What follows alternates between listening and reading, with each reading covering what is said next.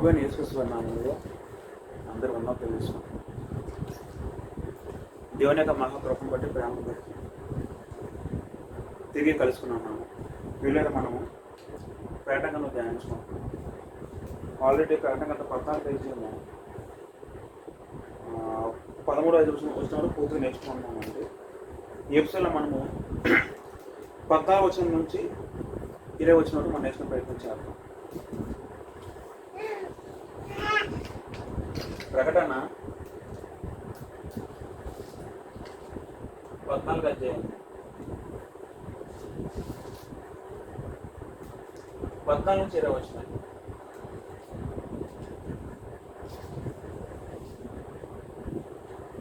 ఈ పాట ఇంకా మనం పేరు ఏం పెట్టుకుందాం అంటే కోతకాలము వచ్చినది అనే పేరు పెట్టుకున్నాం. కోతకాలము వచ్చినది.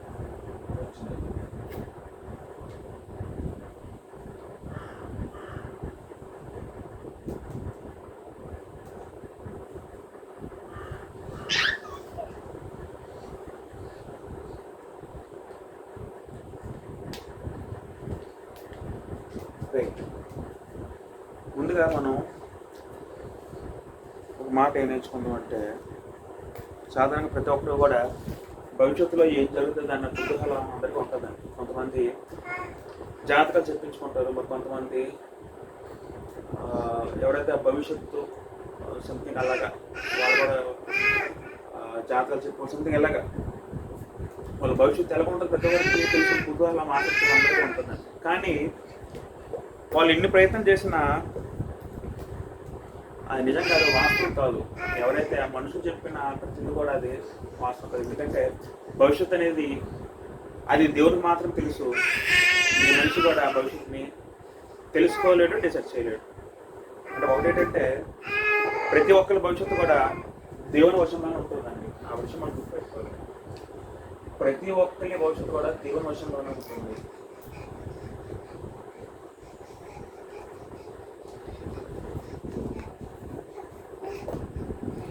ఎందుకంటే ప్రజెంట్ కాలం నడుస్తుంది, మనుషులు పుడుతున్నారు, చూస్తున్నారు, భవిష్యత్తు రాబోతారు.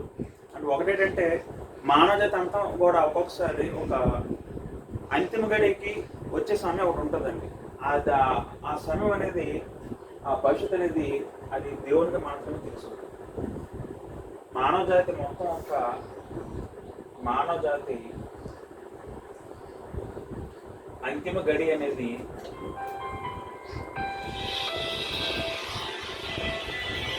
దేవునికి మాత్రమే తెలుసు. ఆ విషయం మనం గుర్తుపెట్టుకోవాలి. మత్తయి సువార్త 25 అధ్యాయము 31 చదువుకుంటే,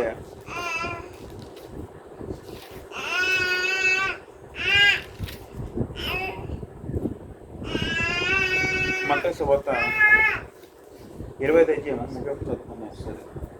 తన మహిమతో మనిషి కుమారుడును ఆయనతో కూడా సమస్త దూతలు వచ్చినప్పుడు ఆయన తన మహిమ గల సింహాసనం మీద ఆసీనుడై ఉండేను.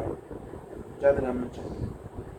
తర్వాత 32 వచ్చిన, అప్పుడు సమస్త జనములు ఆయన ఎదుట పోగు చేయబడతారు. గొల్లవాడు మేకలను గొర్రెలను వేరుపరిచినట్లు ఆయన వారిని వేరుపరిచి తన కుడివైపున గొర్రెలను ఎడవైపున మేకలను నిలవబెట్టెను. రైట్. అంటే మనిషి కుమారుడుగా యేసుప్రభువు మనకు తిరిగి రెండో రాకడలో వస్తారని మనం ఆల్రెడీ చాలా వచనాలు బైబిల్లో ఉన్నాయి. రెండో రాకడలో ప్రభువారు తన మహిమతో దూతలతో వస్తారనే కొన్ని వచనాలు మనం చూడగలమండి.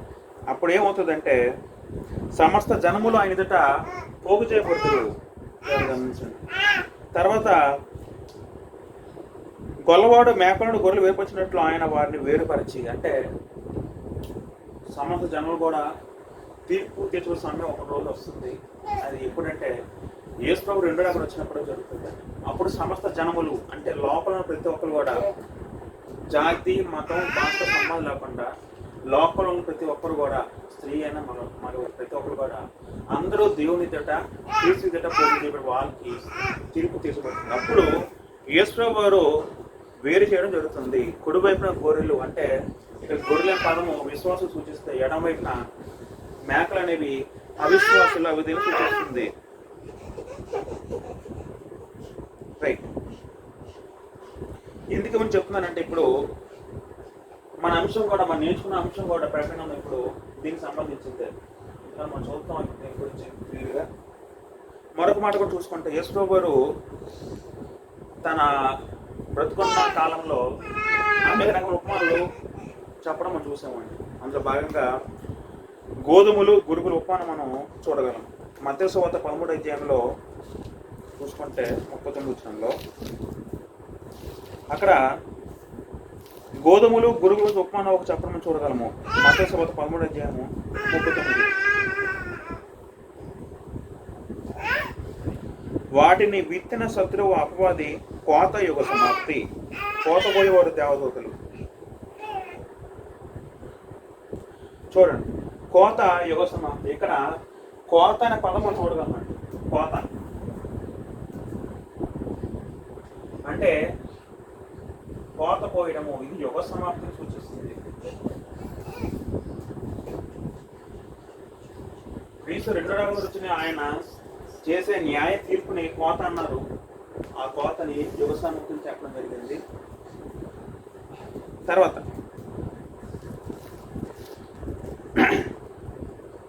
గురుగులు ఎలాగో కూర్చోబడి అగ్నిలో కాలువేయబడిన అలాగే యుగ సమాప్తంతో జరుగును. ఇక్కడ గురుగులు గోధుమలు. గురుగులు కూర్చబడి అగ్నిలో కాల్చబడతాయి. గురుగులు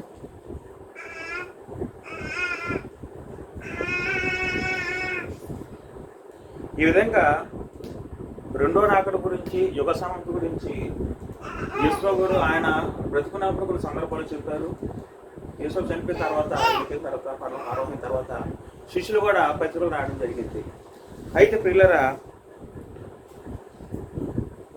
మనం ఎందుకు ఈ కోత అనే పదం చదువుకుంటే ఇప్పుడు మనం ప్రకటన ధ్యానించుకుందాం. ఈ ప్రకటన చదువుతున్నప్పుడు ఎస్పెషల్లీ 14వ అధ్యాయంలో ఇక్కడ కోతకాలము అనే వచనం మనం చూడగలం. ఇక మన జాగ్రత్త గమనిస్తే మనం ఇప్పుడు నేర్చుకుంటున్న అంశము 14 నుంచి 20 వచనం చూసుకుంటే ఇక్కడ 2 పంట కోతలు ఉన్నాయి. ప్రకటన 14వ అధ్యాయము 14 నుంచి 20 వచనం చూసుకుంటే 2 రకాల కోతలు ఉన్నాయి. 2 రకాల పంట కోతలు.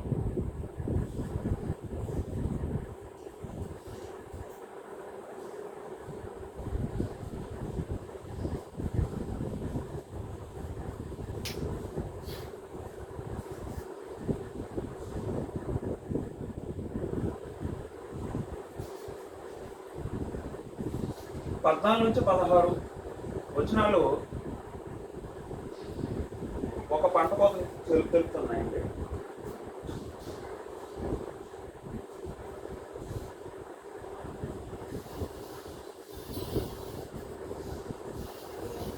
నుంచి 20 వచనాలు రెండవ పంట కోత వస్తుంది.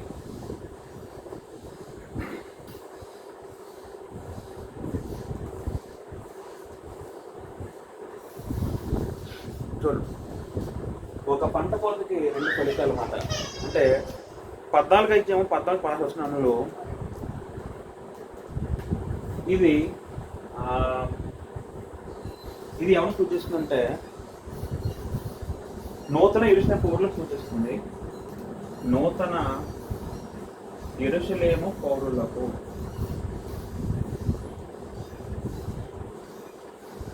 ఇది బబులోను.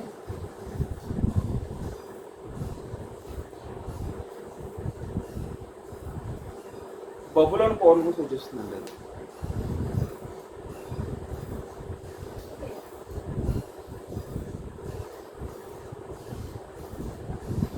మీకు అర్థమవుతుందా చెప్తుంది?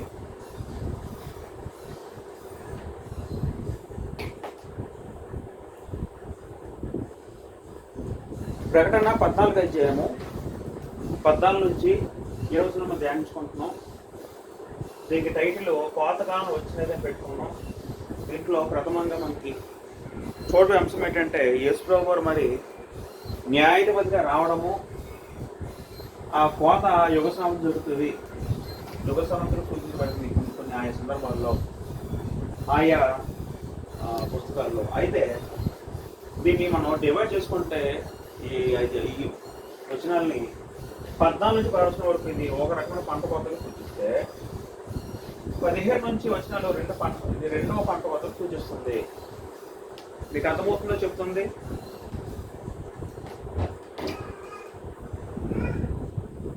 ఇది ఫస్ట్, ఇది సెకండ్ అండి. ఇది నూతన యెరూషలేముని పౌరులు సూచిస్తే, ఇది బబులోను పౌరులకు వాళ్ళ యొక్క స్థితి గురించి సూచిస్తుందండి. ఇప్పుడు కోత అంటే మనకి చూడండి, ఒక పంట వేసిన తర్వాత, ఒక ధాన్యం పంట వేసిన తర్వాత ఆ ధాన్యము బియ్యం అనేవి అవి భూమిలో మొలకెత్తి ఎదిగి తర్వాత వాటిని పైరు కాలం వస్తుందండి, కోతకాలం ఉంటుందండి. కోతకాలం వచ్చిన దాన్ని అప్పుడు మనం దాన్ని కోత వేసి దాన్ని కోసి అప్పుడు మనం దాన్ని బియ్యంగా మార్చుకుంటాం తర్వాత. కోతకాలం అంటే అర్థం ఏంటంటే, ఒక విత్తనము మొక్కగా మొలిచి పరిపక్వం చెంది వచ్చే చివరి స్థితిని కోతకాలం అంటారు.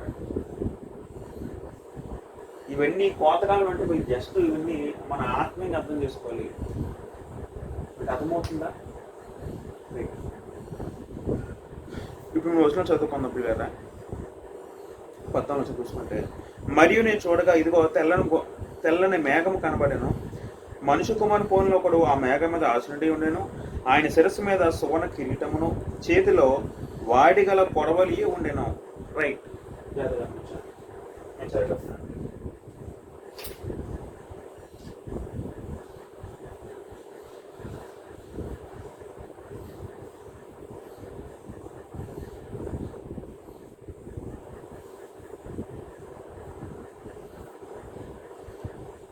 మరియు నేను చూడగా అంటే యోహాను గారు చూస్తున్నారు. చూస్తగా ఆయనకి ఏం కనబడిందంటే, ఇదిగో తెల్లని మేఘము కనబడెను.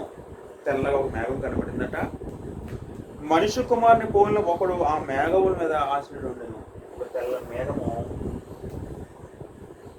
అనుకుంటే యోహాను కనబడింది. దీని మీద మనుష్య కుమారుడు పోలిన ఒక వ్యక్తి, బొమ్మను గీలినట్టు ఒక వ్యక్తి ఆసనుడు ఉన్నట్టు ఆయన చూశారండి. రైట్, మనుష్య కుమారుడు, ఈ మనుష్య కుమారుడు పోలిన ఒకడు, ఇదే మాట మనం ఎక్కడ చూస్తాం? ప్రకటన గ్రంథంలో ఆలోచిస్తే, ప్రకటన 1:13 యోహాను గారు మొదట చూసిన దర్శనము మనుష్య కుమార్ పోలిన దర్శనం చదువుకున్న కదా ఆల్రెడీ. ప్రకటన గ్రంథం 1:13 తిరుగుగా 7 సువర్ణ దీపస్తంభములను, ఆ దీపస్తంభం మధ్యన మనుష్య కుమార్ పోలిన ఒకటి సూచిస్తున్నారు. అంటే ఇక్కడ రాయబడిన మనుష్య కుమారుడు ఎవరండి? యేసు ప్రభువు. యేసు ప్రభు వారు మనుష్య కుమారుడు ఎవరంటే ఇక్కడ యేసు ప్రభు వారు.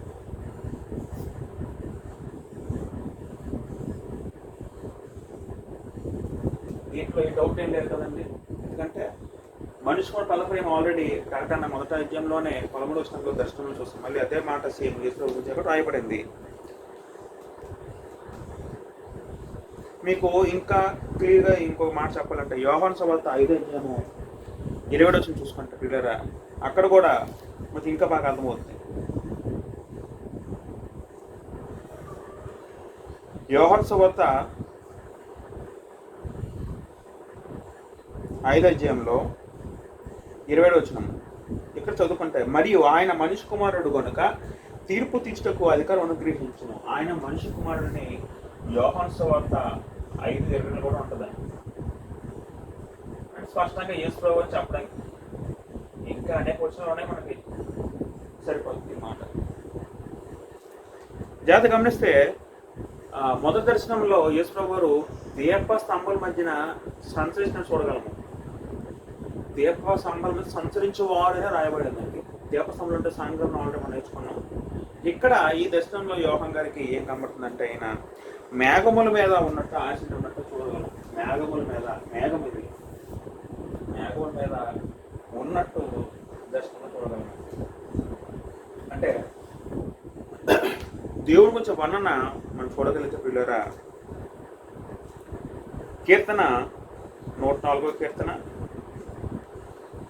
3 చదువుకుంటే,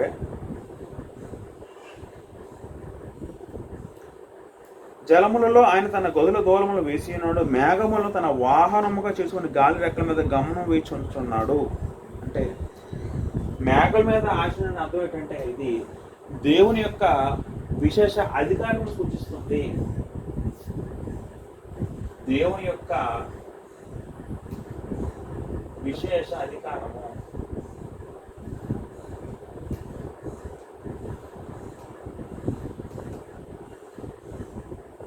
తండ్రి గురించి వాడబడిన పదము మళ్ళీ ఆ వాహనం అనేది మేఘవాహనం మాట మళ్ళీ కుమారు గురించి రాయించబడింది. అంటే దేవుని యొక్క అధికారం గురించి సూచించబడింది. తర్వాత ఇంకా గమనిస్తే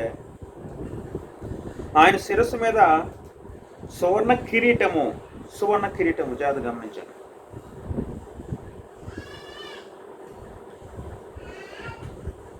శిరస్సు మీద సువర్ణ కిరీటము.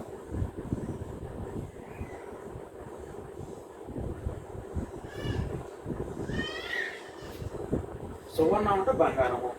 మన మొదటి ఆ దర్శనం చూసుకుంటే మొదటి అధ్యాయం 13 అక్కడ బంగారు దట్టి వేసుకుని చూడగలమండి. బంగారు దట్టి అంటే అక్కడ కిరీటం బంగారం చెప్పలేదు, అక్కడ బంగారు దట్టి చెప్పబడింది. జస్ట్ మనం పోల్చుకుంటాం అంతే. అంటే అది కూడా అంటే అక్కడ బంగారం ఇక్కడ బంగారం ఉంది కాబట్టి మనం పోల్చుకుంటాం. ఇక్కడ జాగ్రత్త గమనిస్తే కిరీటం అనే దానికి స్టెఫనోస్ అనే పదం వాడబడింది. కిరీటంలో స్టెఫనోస్.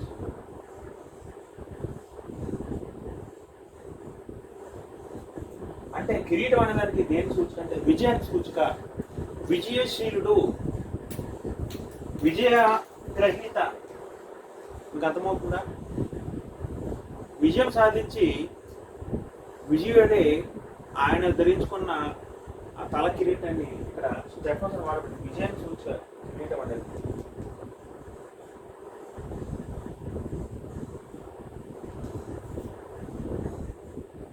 తర్వాత ఇక్కడ సువర్ణం వాడబడింది. సువర్ణ కిరీటం అంటే అందుబాటు. మరి సువర్ణం అంటే అది సాధారణంగా బంగారు అది కిరీటం ఎవరు ధరిస్తారు? రాజులు ఒకప్పుడు ధరించేవారండి. అంటే యేసుప్రభువుని ఇక్కడ రాజుగా పోలుస్తూ ఆయన రాజు కదా యేసుప్రభువారు. ఇప్పుడు మన పరిపూర్ణ రాజు ఎవరంటే యేసుప్రభువారు. ఆయన రాజుగా సూచిస్తూ ఈ సువర్ణ కిరీటం అంటే మొత్తం సువర్ణం అనేది ఇక్కడ రాజరేఖను సూచిస్తుంది. బంగారం రాజరేఖను సూచిస్తే కిరీటం అనేది విజయాన్ని సూచిస్తుంది. రైట్. తర్వాత గమనించలేదు ఇక్కడ చేతిలో వాడిగల కొడవలి ఉండెను. కొడవలి. రైట్. జాగ్రత్త గమనించండి. యేసుప్రభువు మనిషి కుమార్ చేతిలో ఏముందట? కొడవలు ఉందట. కొడవలు అంటే మనకు తెలుసు కదా,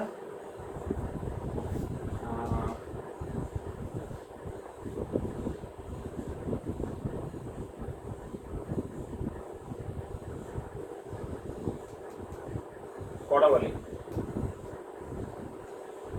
కొడవలు అంటే అందరూ తెలిసి ఉంటుంది. కొడవలు అంటే సాధారణంగా వ్యవసాయంలో వాడతారండి. కొడవలు అనేది పైరు కోయడానికి, మొక్కలు పెంచడానికి వాడే సాధనము కొడవలి. ఇది ఒక లోహం. అయితే యేసుప్రభువు చేతిలో కొడవలు ఉందట. గమనించాను.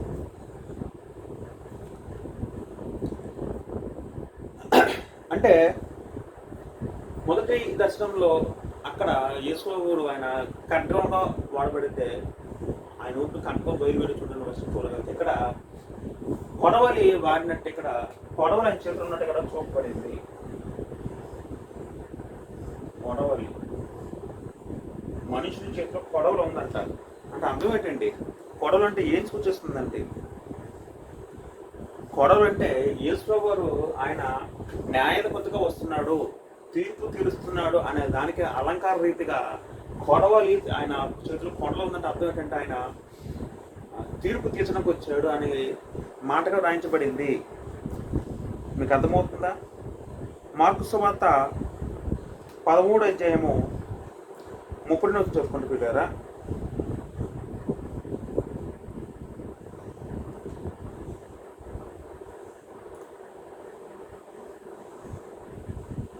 రైట్. మనం ఇంకో మాట చదువుకుందాం.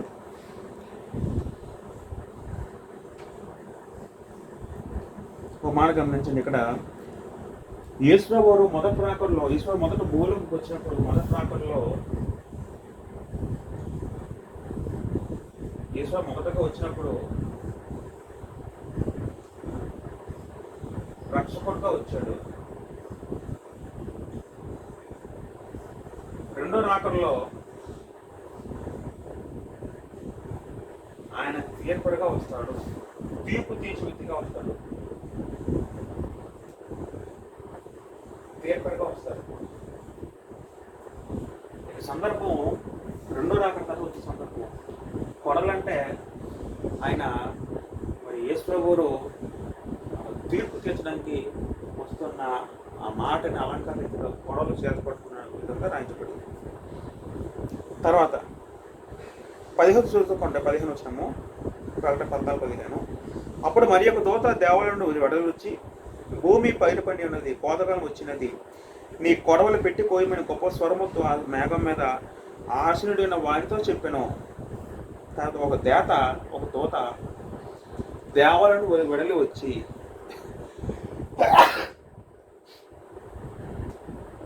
భూమి పైరు పండి ఉన్నది, కోతకాలం వచ్చినది, నీ కొడలు పెట్టి కోయమని గొప్ప స్వరముతో ఆ మేఘం ఆసీనుడైన వారితో చెప్పాను. అంటే ఒక దూత వచ్చి మనుష్య కుమార్తో చెప్తుందంట, ఏంటంటే ఇక మీరు మీ పని స్టార్ట్ చేయండి, కొడవల పని స్టార్ట్ చేయండి, కోసే పని స్టార్ట్ చేయండి. ఒక దూత పర్లోకం దిగి వచ్చి చెప్పడం స్టార్ట్ చేయండి.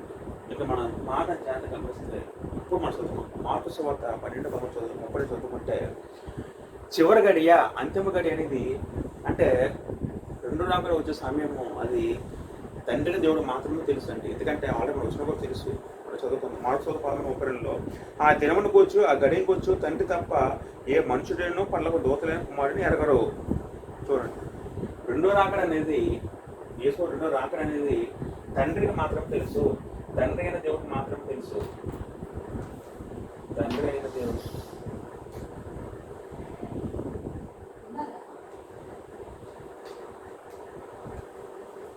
రెండో రాకడ అనేది, ఈ సమయం అనేది, రెండో రాకడ సమయం అనేది తండ్రి దేవుడు మాత్రమే తెలుసు. ఆఖరికి యేసు వారు కూడా తెలియదండి సమయం గురించి. ఇక మనం జాగ్రత్త గమనిస్తే ఇక్కడ చూడండి, యేసు వారు ఆయన రెడీగా ఉన్నారు. అప్పుడు పరలోకం పిలుపు వచ్చింది, అంటే పరలోకం దూత సమాచారం ఇచ్చింది. ఏం తెచ్చిన సమాచారం చూడండి. అప్పుడు మరి ఒక దూత దేవుడు వెడలు వచ్చి, అంటే తండ్రిని దేవుడు దూతకి ఆజ్ఞాపిస్తే ఆ దూత అప్పుడు సమాచారం యేసుకు చేరవేసింది. ఏంటని? భూమి పైరు పండి ఉన్నది, కోతకాలం వచ్చినది, నీ పొడలు పెట్టి కోయమని గొప్ప స్వరముతో ఆ మేఘం మీద ఆశీర్వదం అంతా చెప్పాను. పైరు పండి ఉన్నదంటే అర్థం ఏంటంటే ఇక్కడ కిందన ఎండిపోయి ఉంది అన్నాడు. పైరు పండిపోవడం అర్థం ఏంటంటే పంట చూడండి, ఇప్పుడు పంట కోతకాలం వచ్చిందంటే ఎలా ఉంటుందంటే స్టార్టింగ్ పచ్చరంలో ఉన్న ఆ మొక్క అనేది ఆఖరికి అది ఎల్లో కలరు, బంగారు వన్నరు, గోధుమ రంగులో మారుతుంది. అంటే అది పరిపక్వం చెందింది, రైప్ అంటారు కదా, ఆ స్టేజ్కి వచ్చిందని అర్థం చేసుకోవాలి. ఇక్కడ ఆత్మీయంగా అర్థం ఎలా అర్థం చేసుకోవాలంటే ఇంకా సమయం నిండిపోయింది, ఇంకా భూమికి చివరిగడ్డే వచ్చేసింది, ఇంకా మీ పని స్టార్ట్ చేయండి, ఇంకా తీర్పు తీర్చడానికి మీరు ఆ పని జరిగించడని ఒక అధికారము దేవుడు దూతకిచ్చి ఆ దూత మనిషికి మొత్తం చెప్పడం జరిగిందండి. తర్వాత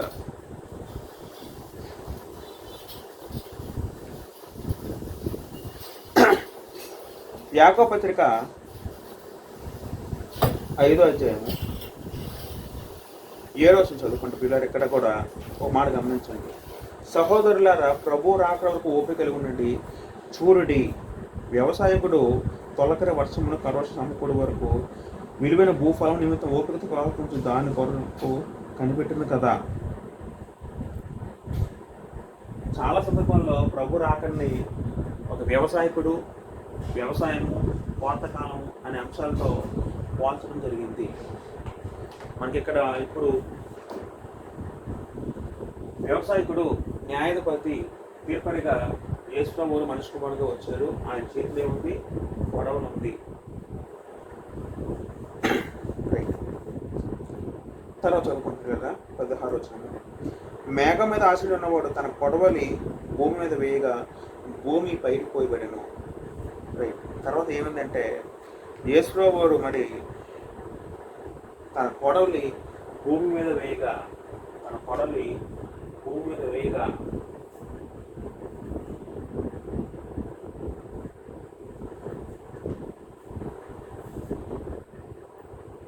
భూమి పైరు పోయబడును. అంటే ఇక్కడ భూమి పైరు పోయబడును అనే మాట మనం ఎలాగ అర్థం చేసుకోవాలంటే, ఎస్పెషల్లీ ఇక్కడ చెప్పబడుతున్న మాట విశ్వాసుల గురించి. భూమి మీద ఉన్న భయభక్తులతో కలిగి నమ్మకంగా చూసిన క్రైస్తవుల యొక్క ఫలితాన్ని గురించి చెప్పబడుతున్న మాట ఇక్కడ. మీకు అర్థమవుతుందా? నమ్మకం విశ్వాసం చెప్పబడుతున్న మాట ఇక్కడ చూడండి. పైరు కోయబడిను. మత్తయి సువార్త 13:30 చూసుకుంటే, అంటే ఇవన్నీ కూడా మంచి పైరు. అంటే వీళ్ళు గోధులు అనుకోండి. గోధులు అంటే నమ్మకస్తులు. మీకు అర్థమవుతుందా? గోధులు అంటే వీళ్ళందరూ కూడా విశ్వాసులు. ఇక దేశంలో కోసింది తీర్చబడుతుంది ఇక్కడ విశ్వాసులు కంటే. మొదటి దశమ పత్రిక మొదటి 4వ అధ్యాయము 16 చదువుకుంటే, ఆరబాటముతోనూ ప్రధాన శబ్దంతోనూ దేవుని బోరతోనూ పరలోకమున ప్రభు దిగివచ్చును, క్రీస్తునందరూ మృతులను మొదట లేతురన్న వచ్చిన చూడదు. 17 కూడా, ఆ మీదట సజీవులను నిలిచిండు మనము వారితో కూడా ఏకముగా ప్రభువును ఎదుర్కొంటకు ఆకాశ మండపపు మేఘం మీద కొనుక్కోబడతాము. కాగా మనం సదాకాలం ప్రభుత్వం కూడా ముందు మనం వచ్చిన చూడగలము. ఇప్పుడు కూడా ఇదే మాట, ఇది రెండు ఒకటేనండి. ఇక్కడ మేఘముల మీద ఆశీర్వాదం ఉండటము, ఇక్కడ చూసిన ఈ మేఘముల మీద ఈ సందర్భం అంతా కూడా రెండు ఒకటే. అంటే యేసు రాకడ గొప్ప ఆర్భాటంతో ప్రధాన శబ్దంతో వస్తుందని ఇక్కడ తెస్సలోనికీయులకు రాయడం జరిగింది.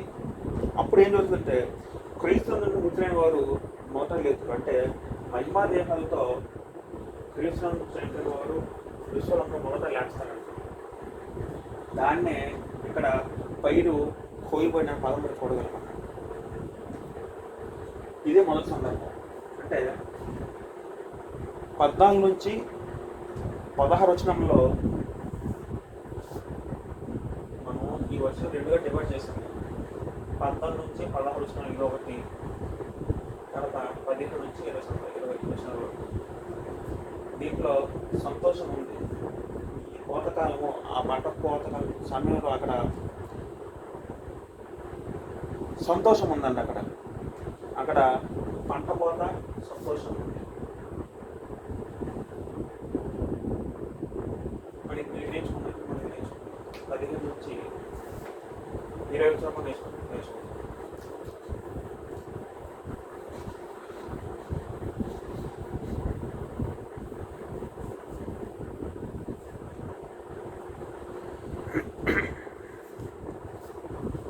చదువుకుందాం. 15 వచనం. ఇంకొక దూత పరలోకమందున ఆలయంలో నుండి వెడలి వచ్చును, ఇతని ఎత్తుకు వాడిగల కొడవలు ఉండెను. మరి ఒక దూత బలిపీఠం నుండి వెడలి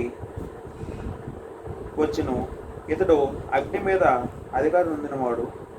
అతడు వాడిగిన కొడవలు గల వాడిని గొప్ప స్వరంతో పిలిచి, భూమి మీద నున్న ద్రాక్ష పండ్లు పరిపక్వమైనవి, వాడి అని నీ కొడలు పెట్టి దాని గెలలు పోయమని చెప్పాను. ఇప్పుడు ఇంకొక దూత పరలోకం ఉందన్న ఆలయం నుండి వచ్చిన, అంటే పరలోకం నుండి దూతలు వస్తున్నారు. అంటే పరలోకం రావడం అంటే దూతలు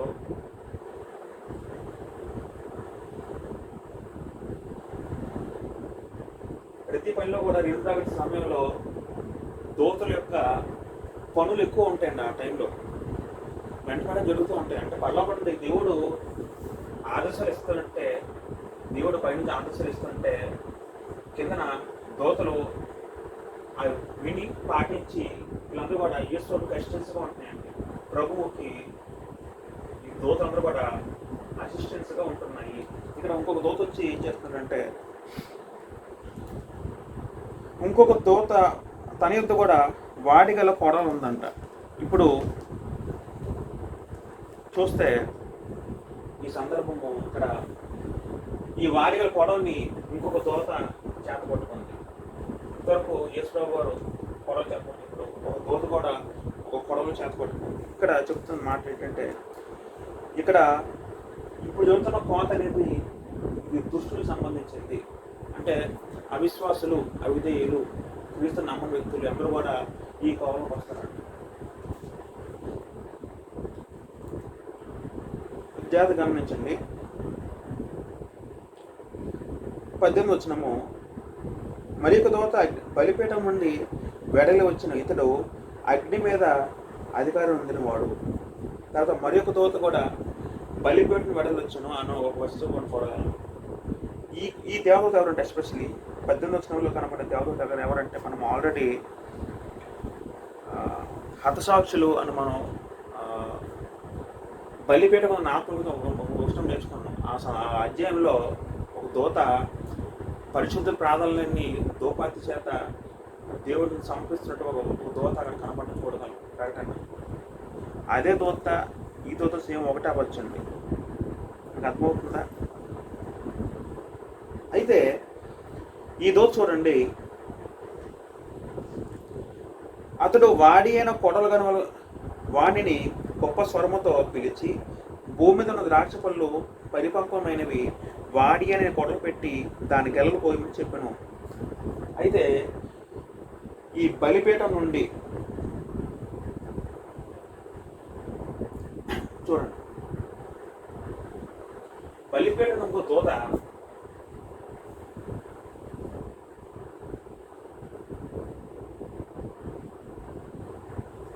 బలిపీఠం ఒక దోత ఇప్పుడు ఏ దోత అయితే కోడలు పట్టుకుని వస్తుందో ఈ దోతకి సమాచారం ఇస్తుంది. ఏమని ఇస్తుందంటే, గొప్ప స్వరముతో భూమి మీద ఉన్న ద్రాక్షలు పరిపక్వమైనవి, వాడిగలనే కొడలు పెట్టి దాన్ని గెలపోయమని చెప్పాను. అంటే ఒక్కొక్క దోతని దేవుడు వాడుకుంటున్నాడు. దేవుడు ఒక దోత దూరానికి మాత్రం కాకుండా తనకున్న దోత గణను కూడా దేవుడు వాడుకుంటున్నాడు. అంటే దేవుడు ఒక్కొక్క దోతకి సమాచారం అందించి కమ్యూనికేషన్ ద్వారా తన పని జరిగిస్తున్నాడు. ఇది దుష్టులకు సంబంధించింది. అంటే ఇక్కడ జాగ్రత్త గమనిస్తే, పరిపక్వం అంటే పండిపోయిన అర్థం వస్తుందండి. అంటే ఈ చెప్తున్న మాట ఉదాహరణకి యాకోబు పత్రిక చూసుకుంటే, యాకోబు పత్రిక 1వ అధ్యాయం 5వ వచనంలో,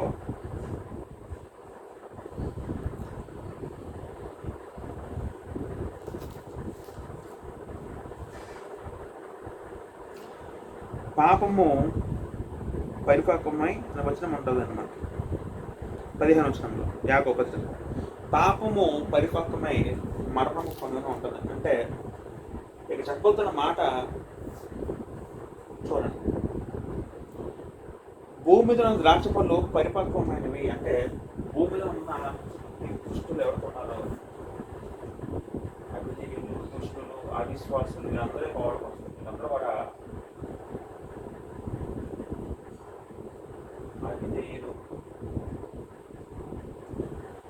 వీళ్ళ పాపము నిండిపోయింది, ఇంకా పరిపక్వం అయిపోయింది. ఇంకా వీళ్ళ పాపం అనేది ఇంకా పరిపక్వం అయిపోయింది.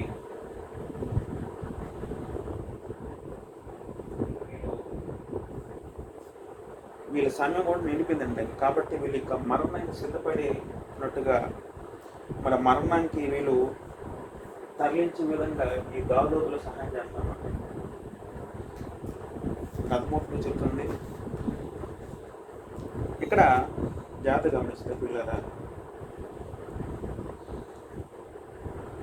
19వ వచనంలో, కాగా దోత తన కొడలి భూమి మీద వేసి భూమి మీద ఉన్న ద్రాక్ష పండ్లను కోసి దేవుని కోపమున్న ద్రాక్షల పెద్ద తొట్టిలో వేస్తున్నాం. చూడు, ఇక్కడ జాగ్రత్త గమనిస్తే,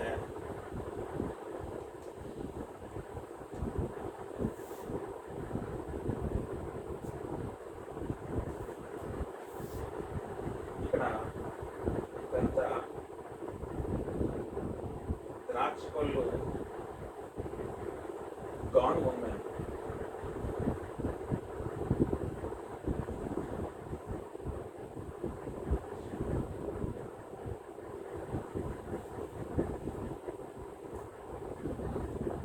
ఈ దోత ఏం చేస్తుందంటే, దేవుని ఆజ్ఞతో వచ్చిన దోత కొడవల మీద, అంటే కొడవలు భూమి మీద వేసి భూమి మీద ఉన్న ఈ దుష్టులు అలిసులు అందరూ ఆత్మ కూడా వీళ్ళందరూ ఏం చేసిందంటే ద్రాక్షలు కోసి వాళ్ళని దేవుని కోపమున ద్రాక్ష పెద్ద తొట్టిలో వేసింది. అంటే ఇది ద్రాక్ష తొట్టి అనుకోండి, దీని దేవుని కోపము అన్న ద్రాక్ష తొట్టి అన్నారు.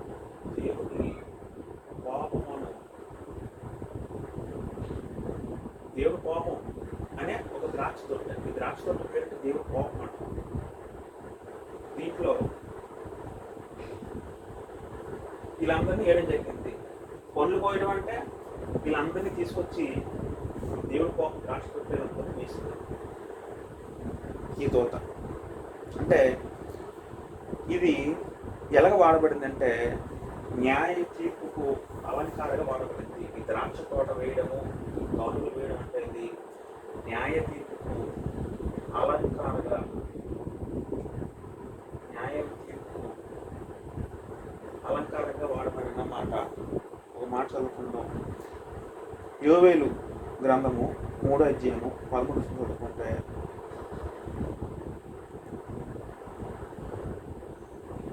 పైరు ముదిరినది కొడలు పెట్టి కొయ్యిడి, గానుగ నిండి ఉన్నది, తొట్లు పొల్లి పొలుచున్నవి, జనుల దోషము అత్యధికమైన, మీరు దిగరండి అన్న మాట యోవేలు గ్రంథము 3:13 చూడగా. రాక్షసు తోయడం ఇవన్నీ చేయడం అర్థం ఏంటంటే ఇక పాపం ఎండిపోయింది, వీళ్ళందరూ కూడా ఇంకా దేవుడి న్యాయతీర్పులు అక్కడ ఎదురు చూస్తున్నారని, వాళ్ళు అంటే దేవుడి కోపం వీళ్ళందరూ గురవుతున్నారని ఇక్కడ వాయిస్తున్నారు. తర్వాత చదువుకుందాం 20వ వచనము. ఆ ద్రాక్ష తొట్టి పట్టణముకు వెలుపుట త్రొక్కబడెను, 100 కోసుల దూరము గుర్రముల కళ్ళె మట్టుకు ద్రాక్షల తొట్టిలో నుండి రక్తము ప్రవహించును. ఒక జాతి గమనిస్తే ఆ ద్రాక్షల తొట్టి పట్టణముకు వెలుపట త్రొక్కబడెను. ఈ ద్రాక్ష తొట్టి ఎదుగుందో పట్టణం అంటే ఈ పట్టణం ఎలా అనుకోవచ్చు అంటే ఇది ఉదాహరణకి ఇది ఎరుసిన పట్టణం అనుకోండి. అంటే దేవుడు నివసించే స్థానంలో దూరంగా, దేవుడు ఉన్న స్థానం దూరంగా తీసుకెళ్ళిపోయి ఇక్కడ వీళ్ళని తొక్కుతున్నారంట. అంటే సాధారణంగా ఆ కాలంలో ద్రాక్షరసం ఎక్కువ రావడం వాళ్ళు ఏం చేస్తుంటే గానుగులో తొక్కేవారు అనమాట.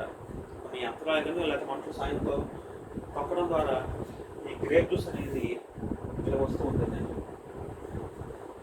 ఇక్కడ కూడా వీళ్ళు తొక్కుతున్నారు, అర్థమవుతుందా? త్రొక్కబడెను, 100 కోసుల దూరము గుర్రముల కళ్ళె మటుకు ద్రాక్షలతో రక్తము ప్రవహించు. 100 కోసుల దూరము, 100 కోసుల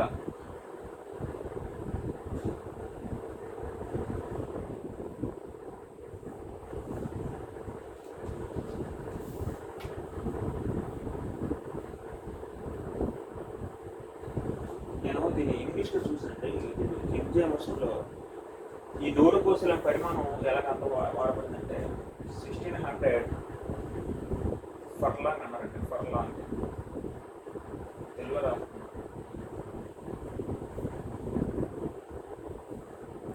ఒక ఫర్లాంగ్ అంటే 660 అడుగులు అండి.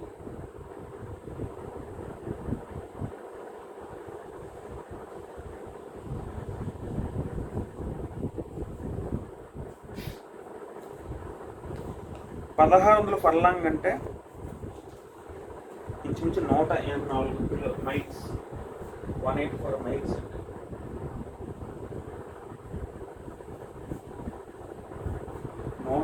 మైల్స్ కిలోమీటర్ కన్నా మైల్ ఎక్కువ పరిమాణంలో. 180 మైల్స్ అనేది అంత దూరంలో ఎంత మట్టుకు గుర్రముల కళ్ళె మట్టుకు.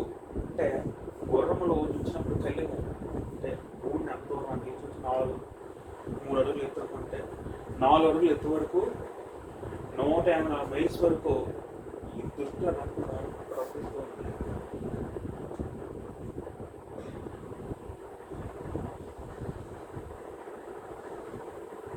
దుష్టుల రక్తం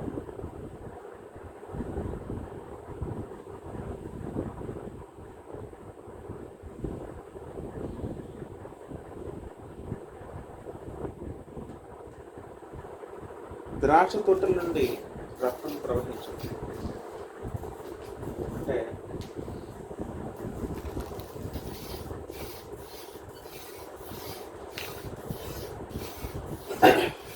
దేవుని ఉగ్రతను ఖచ్చితంగా ఒకనొక నాడు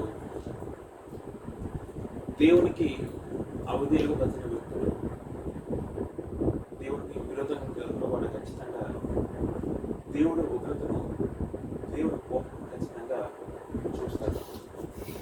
అయితే ఇక్కడ ఈ 1600 పర్లంగా అయితే మనం అక్షరాలను తీసుకోకూడదు. కొంతమంది అక్షరాలను తీసుకుని అంటే వీళ్ళందరూ అంటే ఈ రక్తము అంటే ఇది ఎంతమంది సరిపోతుంది అనే లెక్క కొంచెం చేశారంట.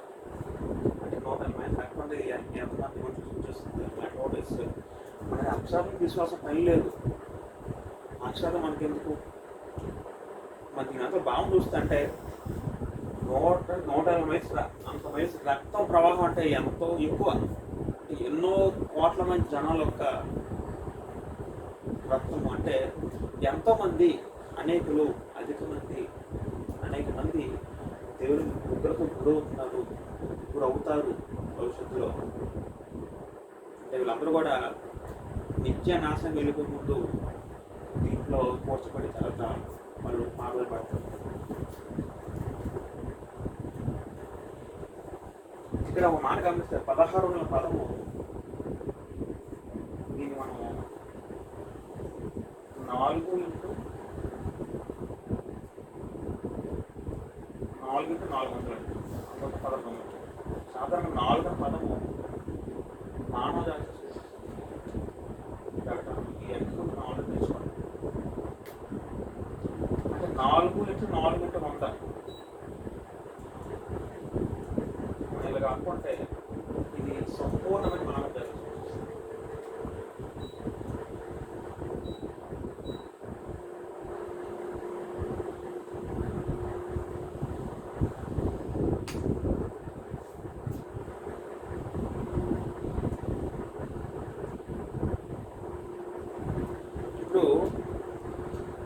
ఆనాడు ప్రకటన రాష్ట్ర సమయంలో మరి ఆనాడు క్రైస్తవులు ఆదిమ క్రైస్తవులు చూసినప్పుడు వీళ్ళకి ఎలా అర్థమవుతుందంటే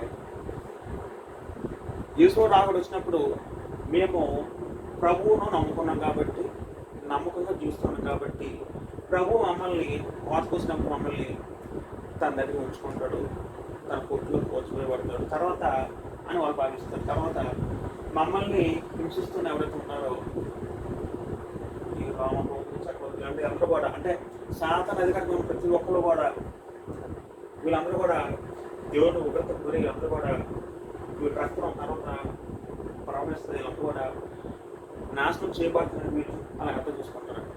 ఇప్పుడు మనకు ఎలాగ అర్థం అవ్వాలంటే ఈ వచ్చిన ప్రభు రాకడ ఖచ్చితంగా ఏదో సమయం వస్తుంది. వచ్చిన తర్వాత గమనిస్తే దేవుని కోపం కాస్తుంటే ఈ తొట్టులో ఉన్న వ్యక్తులు చాలా మంది అండి. అంటే ఇప్పుడున్న వ్యక్తులు చాలా మంది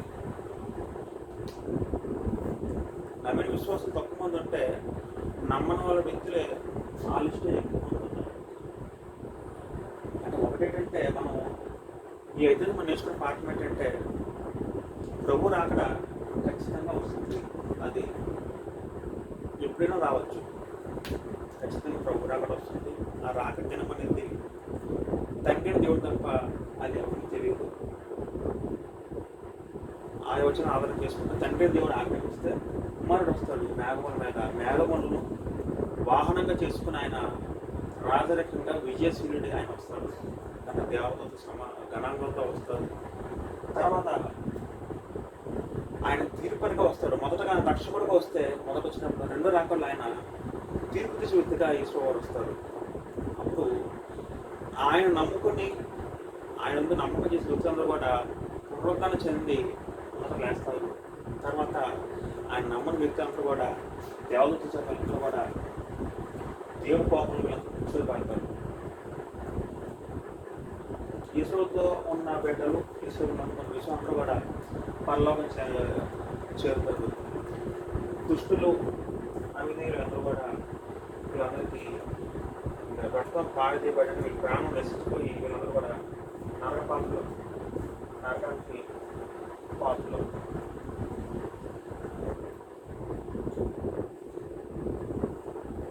కాబట్టి మన భవిష్యత్తు ఎప్పుడు మనకు తెలియదు. మన భవిష్యత్తు దేవుడికి మాత్రం తెలుసు. కాబట్టి మనం ఎక్కడి నుంచైనా రెండో రాకుండా సిద్ధపడతాం. మనం అందరూ కూడా నమ్మకస్తులు జీవితం, మనం పట్టుకున్న విశ్వాసం కోల్పోకుండా చేరువని నడిపిస్తాం. ఈ సత్య సువార్తని అందరికీ ప్రకటించి ప్రతి ఒక్కరు కూడా మారు మనసులు చేసిన వాళ్ళందరూ కూడా దేవుని వైపు మనం తిప్పుతాం. అది తిప్పితే మనం వ్యక్తిని మహాభయంకర నిత్యాభివృద్ధి రక్షించాలి. కాబట్టి ఈ అంశంలో మనం ఏం నేర్చుకున్నామంటే మరి ప్రభు తేపరగా వస్తారు. అప్పుడు మన సిచ్యువేషన్ మనకు తెలియదు. కాబట్టి పిల్లలు మనం పరిశీలన చేసుకుందాం. ఇప్పుడే వస్తే ప్రభు రెండో రాకపోతే మన పరిస్థితి ఏంటి? వాళ్ళు ఇప్పుడు మనం చనిపోతే, ఈ క్షణం మనం చనిపోతే మన పరిస్థితి ఏంటి? కళ్ళు మూస్తే పరదేశం నేను వెళ్తాము అనే ధైర్యం వెళ్ళిపోన్నామా? లేకపోతే ఇప్పుడు నేను కళ్ళు మూస్తే పాతాలకు వెళ్ళిపోతున్న ఫలితం అంటే పాతాలు మనకు చిన్నకాలం ఉంటాయి, చాలా భయంకరమైనవి. అందరూ కూడా నమ్మకంగా జీవితం. నేను ఇప్పుడు చనిపోతే పరదేశంతో వెళ్తాను అనే దృఢ విశ్వాసంతో, నిశ్చయంతో, ధైర్యంతో మనం ముందు సాగుతాం మన ఆత్మీయ జీవితాన్ని. బ్రతికిన క్రీస్తే చావైతే మేలుకున్నట్టు గొప్ప మాటతో మన జీవితం కొనసాగిద్దాం. క్రీస్తు దేవుడు ఈ వాక్యం మన అందరం దేవుడు దీవించి ఫలింపజేయగా ప్రభుత్వం మనతో వస్తాయి. మరొక ఎపిసోడ్లో కలుసుకుంటాం. అందరూ ఉన్నారు.